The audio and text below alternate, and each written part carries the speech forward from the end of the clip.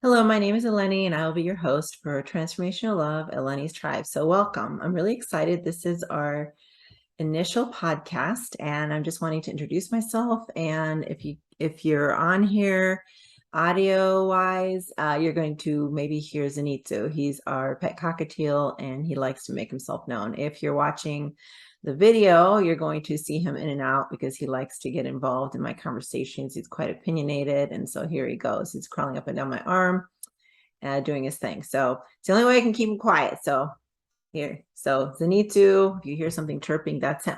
So again, welcome. My name is Eleni. I'm your host. And I wanted to kind of give you an overview of who I am and why I'm doing this, and hopefully bring some encouragement and joy and insight into your life. So welcome.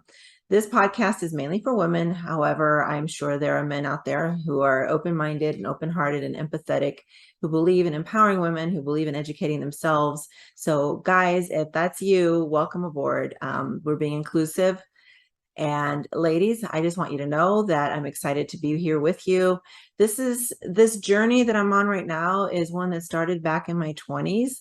I just knew in my heart that God had something for me that involved speaking, encouraging other women.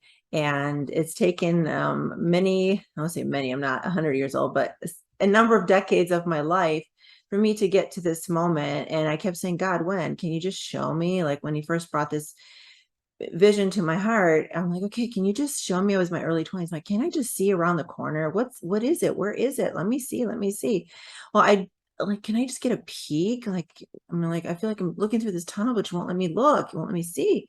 I truly believe had I have seen, maybe I would have been a little frightened by the path that I would need to take in order to get here. But I'm here and I'm saying, this is the time. It is now. And I am going to faithfully follow what's been put on my heart and the passion that I have for serving others and empowering women and just breathing life into you. So with that said, a little bit about myself. So I am a Greek woman and I have a master's in education. I am a Christian. I love God. I love people. I love children, people as an adult, I guess, because children are also people. And obviously I like birds. I love dogs. I have a pet dog named Bubbles, and I also like cats, but I'm allergic to them. So unfortunately, cats and I don't seem to jive. However, I must say there's been a few times in my life when there was a cat in the room and I didn't wheeze or sneeze. So maybe I'm outgrowing it somehow, or perhaps I'm not as allergic as I used to be, or maybe there's just certain cats I'm not as allergic to. So nothing against cats. It's not that I don't like them. If I had the ability to be around them and feel okay, I'd be okay. Probably own a cat, or not own, it would probably own me. I hear cats are very much the boss in the household. And right now I have a few bosses, including Zenitsu and Bubbles, who will be in the other room for now because she's very vocal and I wouldn't get very far. So, okay, with that said, why am I here today? I'm here today because there was a time in my life, more than one time in my life, where I went through a period of darkness. And during those periods of darkness, there were days I felt like giving up. And the one thing I have always known is God's love for me and my identity in Christ.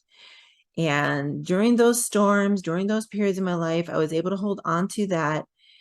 And even in the midst of my own pain, the knowledge of knowing if I would just hold on, It's horrible right now. I can't stand it. It's like you just want the pain to go away. You want it to end. You want whatever you're going through in the moment to be done, right? Just you want that person to say the right words. You want the circumstances to change. You want the doctor to say that you made a mistake and your diagnosis isn't cancer, or you want the choices that other people made around you that brought you this sense of grief and pain to go. You want them to undo those words, right? Or their own actions. So I've learned a lot. I've grown a lot throughout my life. And if my pain, my suffering can help somebody else rise so they don't feel like a victim, so they don't feel like they don't have choices, so you don't feel like you have to be stuck and you don't have any other options, then that's why I'm here. My name Eleni means guiding light. And I believe that that light is the light of God, the light of love and the light of hope that he gives each of us. It's inside of us that we can call upon and ignite at any moment, should we so choose. So with that said, I want to say that I am here because I want you to know that there is hope. And I know maybe in the moment it feels like there isn't, but I promise you, if you reach out, if you hold on, even with all your questions, even with all your pain, all your hurt, whatever stage you are in life, perhaps that's not the stage you're in right now. Perhaps everything is going well for you. Perhaps for you, it's just a matter of listening in and gaining more understanding of other people's struggles. Maybe this is a way for you to empower other women by learning about where they've been in life. So I've been in a lot of places in life, both physically and emotionally and spiritually. So for me, a lot of this started in my 20s, just kind of wanting more, wanting to know where God wanted me to serve, wanting to know what he wanted to do with my life and what he wanted me to do with my life, and just being open to that. And so that's where it started. Really, I guess it started when I was even younger. I was a little girl and my mom handed me my first Bible. It was a children's Bible, and she handed it to me, and I was just like, wow, what is this? And she grew up in a Christian home. She was an Orthodox Christian. My grandfather, her dad, was a Greek Orthodox priest, and she was one of the chanters in the church. And so she just grew up with this strong faith and belief in God, and she wanted to impart that to me. So I read the stories in the Bible, and I read about Solomon and how God came to him and asked him, what do you want, Solomon? I'll give you anything you want. And Solomon said he wanted the gift of wisdom, and said, wow, okay, God, can I have that too? Not to say that I'm always the wisest or I always choose wisely, I always know what to choose. I just knew that if I kept reading the Bible, I could learn from other people's lessons, from their wisdom, from their mistakes, from their victories, and that I would learn about God's character, and that I would want to apply it to my character as well. So I really took it to heart. So that's what I did. So when I was about 13 years old, I was told that I could ask God into my heart, that I could have a personal relationship with him. Up until then, I want to say that I wanted a relationship with God. I loved God. I loved Jesus. I loved the saints. I loved what they were about, but I didn't really know how to connect with him, honestly, truthfully. He felt far away from me when I went to the Greek Orthodox Church. If you've ever been inside of one, they're absolutely beautiful.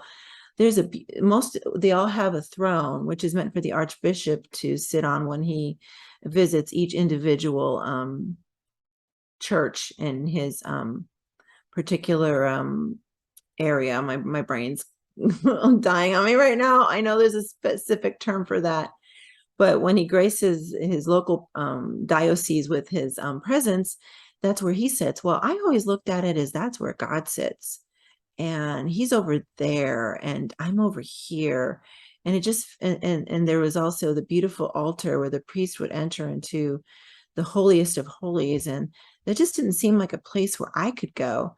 So at age 13, when I was told that I could enter God's holy of holies, in the sense that spiritually I could kneel and I could raise my arms, raise my heart, raise my spirit, and be in his throne room, I wanted that. I'm like, I can do that. I can pray, and I can go directly to God. So that's what I did. I went directly to God, and I truly believe that God heard me.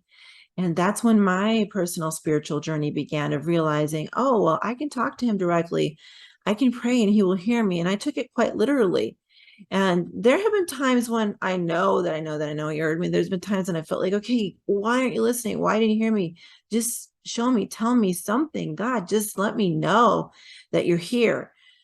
So, and who hasn't felt that way, right? We wonder if he hears us, if he cares, and where are we supposed to go? Like, what is the direction we're supposed to take? And I went to college. I finished with a master. Well, I didn't finish my master's right away, but I finished with a bachelor's in English language arts. And so from there, I felt the responsibility of finding a job, building a career.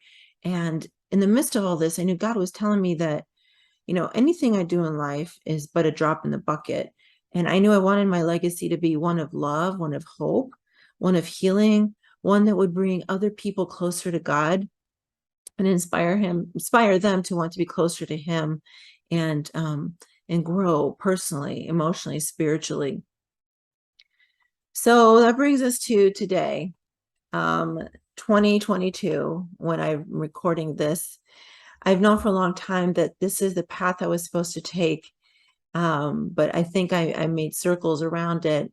Forward trajectory, but spiraling forward is the best way that I can explain it. I do not consider myself a victim. I do not feel sorry for myself. I consider myself a thriver, consider myself a survivor. I consider myself a reviver, an encourager, a hope giver. So, and a light. So hopefully I live up to my name, and I live up to the calling that God has given me.